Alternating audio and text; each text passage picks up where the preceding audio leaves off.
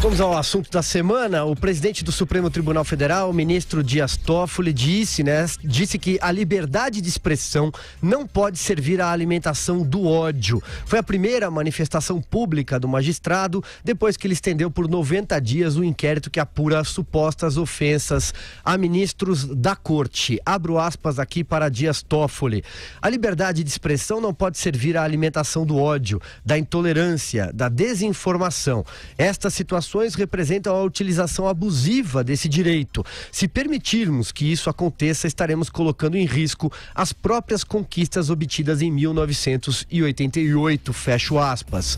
Hoje, o ministro Marco Aurélio Mello voltou a criticar a decisão do colega Alexandre de Moraes, que determinou a retirada de conteúdo dos sites da revista digital Cruzoé e do Antagonista. Abro aspas para Marco Aurélio. Mordaça. Isso não se coaduna com os ares democráticos da Constituição de 1988. Não temos saudade de um regime pretérito. Não me lembro, nem no regime pretérito, que foi um regime de exceção, coisas assim tão violentas como foi essa. E agora há pouco, como eu disse na abertura do programa, o decano da Corte, Celso de Mello, divulgou uma nota. Leio aqui um brevíssimo trecho, a nota extensa.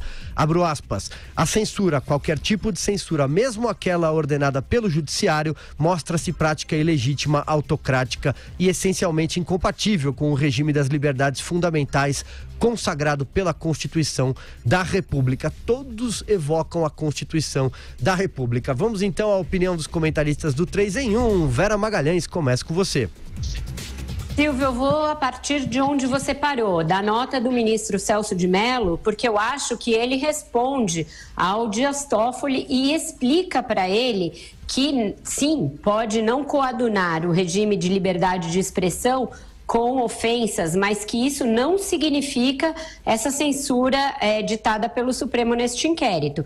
Diz o decano da Corte, eventuais abusos, ele está falando sobre o regime das liberdades democráticas, eventuais abusos da liberdade de expressão poderão constituir objeto de responsabilização a posteriori, sempre, porém, no âmbito de processos judiciais regularmente instaurados, nos quais fica assegurada ao jornalista ou ao órgão de imprensa a prerrogativa de exercer de modo pleno, sem restrições, o direito de defesa, observados os princípios do contraditório e da garantia do devido processo legal. Eu sou uma que estou aqui antes mesmo da determinação da censura ao site O Antagonista e à revista Cruzoé, dizendo que a liberdade de expressão não necessariamente é liberdade para ofender, injuriar e caluniar, que essas garantias ao direito à personalidade, o direito à honra, estão também asseguradas na Constituição. Mas isso nada tem a ver com o que determinou o ministro Alexandre de Moraes. O que ele fez foi censura mesmo. Ele pegou o conteúdo de uma reportagem, mandou retirar do ar, antes mesmo que se soubesse a veracidade e que o ministro acusado ali, a saber, o presidente da Corte, Dias Toffoli, se defendesse daquilo que ia dito na reportagem, que ele era o amigo do meu pai na planilha da Odebrecht. Então, o que se fez foi censura. Não tem nada a ver com resguardar o direito à honra, não tem nada a ver com o que diz o ministro Celso de Mello, a meu ver, muito corretamente. Ele demorou para se manifestar. Eu fui uma das que cobraram a omissão que vinha acontecendo por parte de uma parcela do Supremo até aqui. Ele demorou, mas quando se manifestou, o fez lindamente. Fez uma defesa muito loquaz, muito bem fundamentada do direito à liberdade de expressão, das garantias constitucionais. E o que ele diz é que o inquérito viola outros princípios.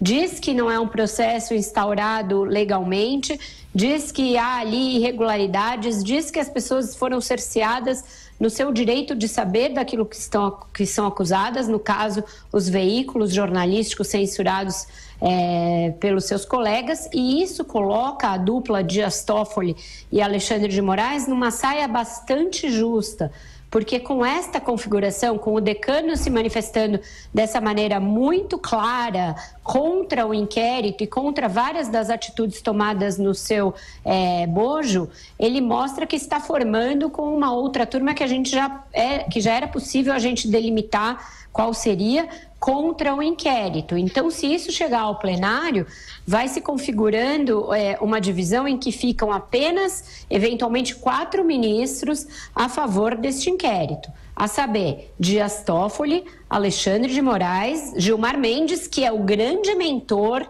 de tudo isso, só que até aqui um mentor calado, um mentor dos bastidores, e o Ricardo Lewandowski, que esse forma com qualquer violação à Constituição, não importa qual o lado prejudicado, se tem uma violação, ele está lá junto.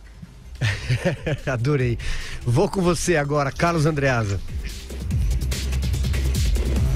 Eu quero me ater à entrevista que o Dias Toffoli, presidente do Supremo, deu ao jornal Valor, porque ela é muito representativa, expressiva da crise institucional que o Brasil vive e para a qual todos os agentes concorrem jogando lenha na fogueira, abastecendo de combustível a pira.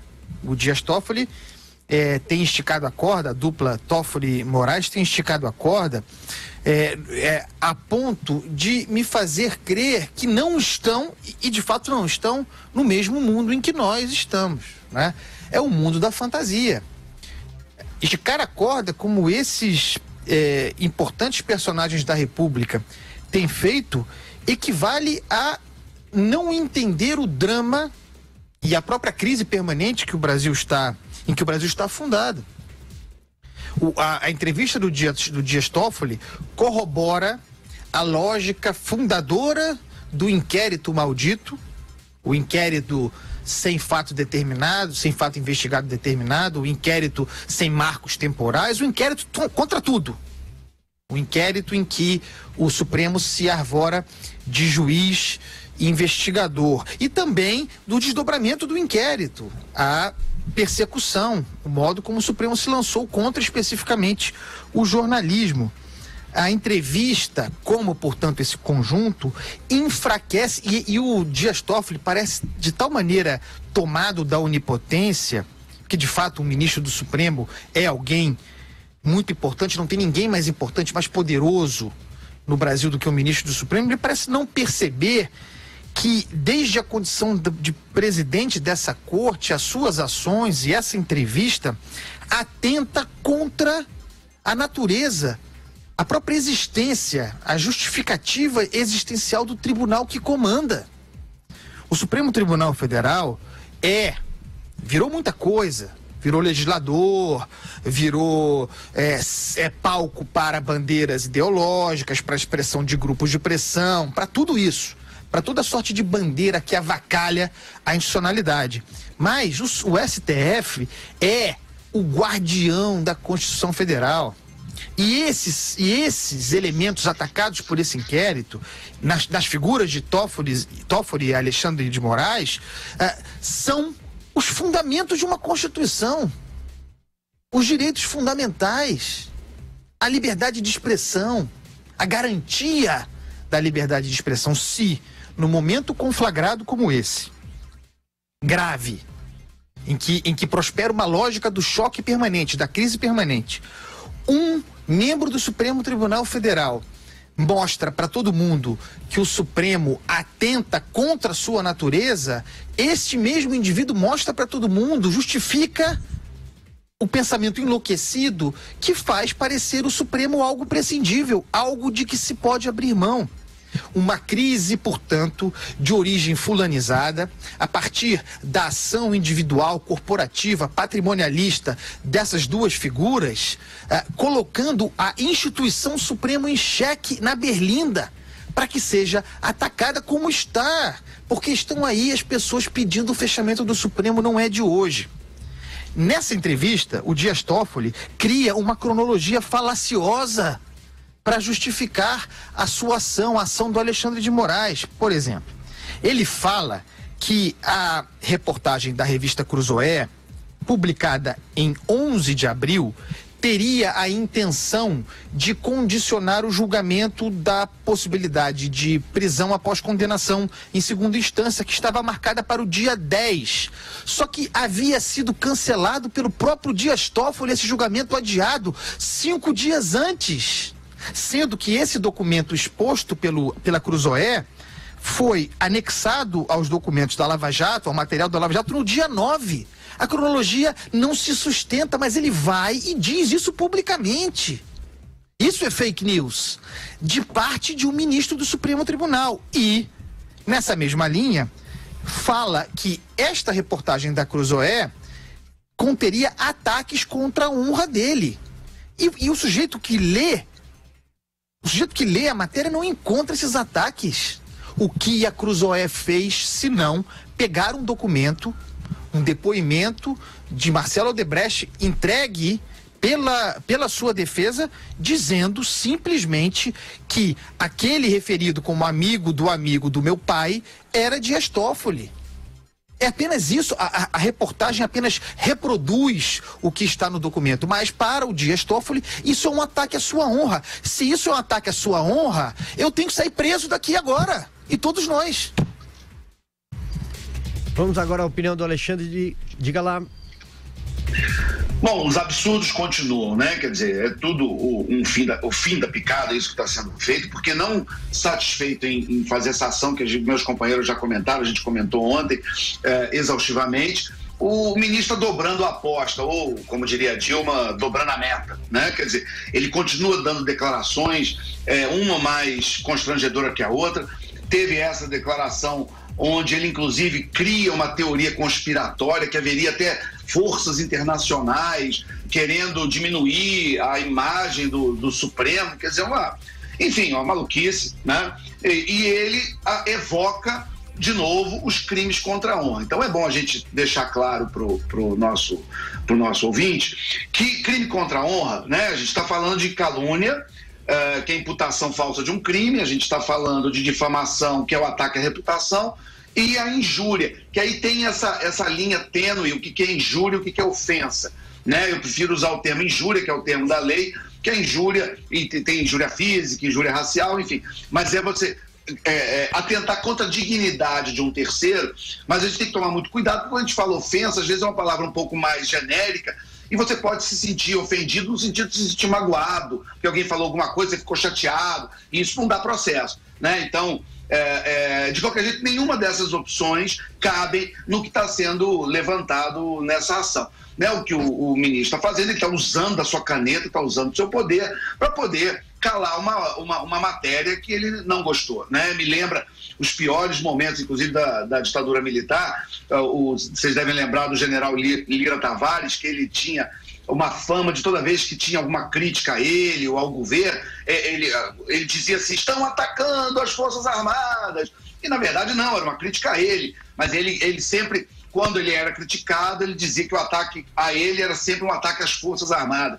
Né? Então, a gente vê isso hoje acontecendo. Quer dizer, se há uma matéria que um ministro do Supremo Tribunal Federal acha incômoda e ele não gosta, ele fala que a instituição do Supremo está sendo atacada, quando não é. Na verdade, ali era uma coisa muito direcionada ao Dias Toffoli, e ele nem era ministro na época, ele era da AGU. Enfim, então a gente tem que deixar muito claro que houve um ataque à liberdade de expressão, à liberdade de imprensa.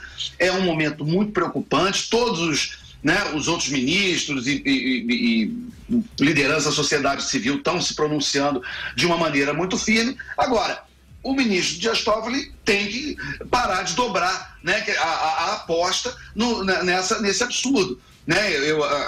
A maneira da gente distensionar o ambiente, a única maneira é basicamente ele parar de falar, ele deixar com que o plenário se pronuncie e esse absurdo caia de uma vez por todas. Vou voltar lá para Vera Magalhães, tem mais um complemento por aí, diga lá.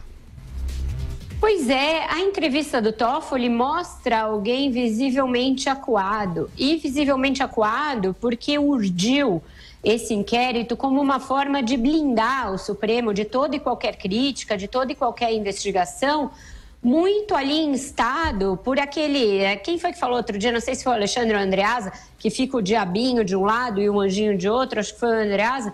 Tem um diabinho que soa constantemente, há anos já, na orelha do Dias Toffoli, como uma espécie de mentor, e tenta influenciar esse ministro.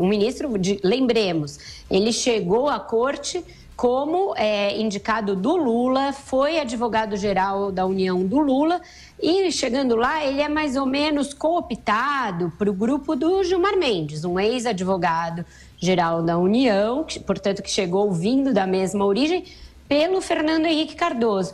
E agora os dois juntam a esse grupo um ex-advogado-geral, um ex-ministro da Justiça, não advogado-geral da União, mas também vindo do Executivo, Alexandre de Moraes, indicado pelo Michel Temer. Então, os três têm a mesma origem, uma espécie de uma origem política.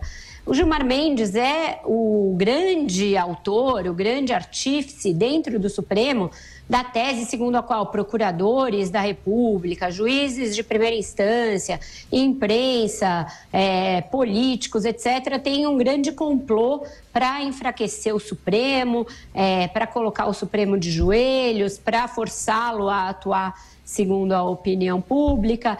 E esse inquérito vem como uma espécie de couraça. Eu até vi o Batman ali atrás do Alexandre Borges, lembrei, uma couraça ali para tentar se contrapor a isso tudo. Mas não pode ser assim. Não existe tal instrumento jurídico no Estado Democrático de Direito. Se fosse assim, cada um poderia, dentro das suas prerrogativas, evocar uma couraça desse tipo. E aí é só dizer, eu não desço mais para o play, eu não quero brincar disso. Então, o Supremo está meio dizendo, eu não quero brincar de estar na berlinda.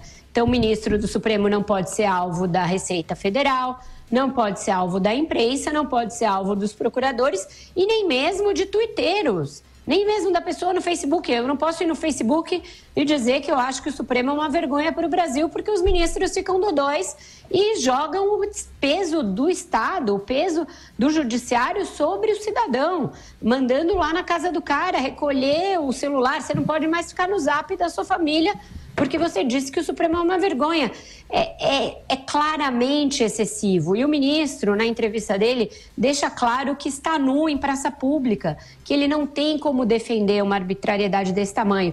E aí ele passa a evocar coisas que não tem nada a ver. O Andreasa mesmo falou da cronologia totalmente embaralhada, que ele evoca. Então, é alguém que está na berlinda, que sabe que está na posição de presidente da corte e que sabe que disse algo que não está cumprindo.